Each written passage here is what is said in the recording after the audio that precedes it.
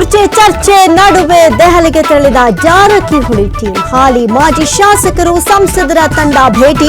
ಇಂದು ಸಂಜೆ ಕಾಂಗ್ರೆಸ್ ವರಿಷ್ಠರ ಭೇಟಿ ಸಾಧ್ಯತೆ.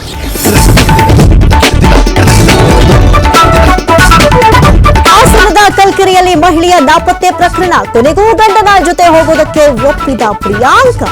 ಕುಟುಂಬಕ್ಕಾಗಿ ಪತ್ನಿಯ ತಪ್ಪು ಮನ್ನಿಸಿದ ರುದ್ರೇಶ್.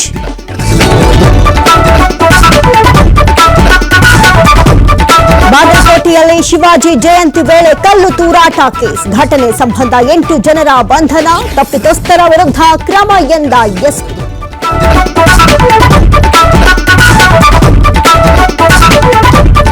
ವಿಫಲವಾಯ್ತಾ ಬಿಜೆಪಿ ಕಾರ್ಯಕಾರಿಣಿ ಹಿಂದಿನ ಉದ್ದೇಶ? ಬಿಎಸ್ವೈ ಸನ್ಮಾನಕ್ಕಷ್ಟೇ ಸೀಮಿತವಾಯ್ತಾ ಕಾರ್ಯಕಾರಿಣಿ?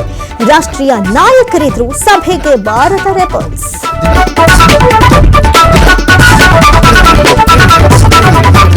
ಚುನಾವಣೆ ಪರಿಷತ್ ಚುನಾವಣೆಗೆ ಬಿಜೆಪಿ ತಯಾರಿ. ಬೇಗ ಅಭ್ಯರ್ಥಿಗಳ ಪಟ್ಟಿ ಫೈನಲ್ಗೆ ನಿರ್ಧಾರ. ಮುಂದಿನ ವಾರ ವರಿಷ್ಠರಿಗೆ ಸಂಭಾವ್ಯರ ಪಟ್ಟಿ ರವಾನೆ.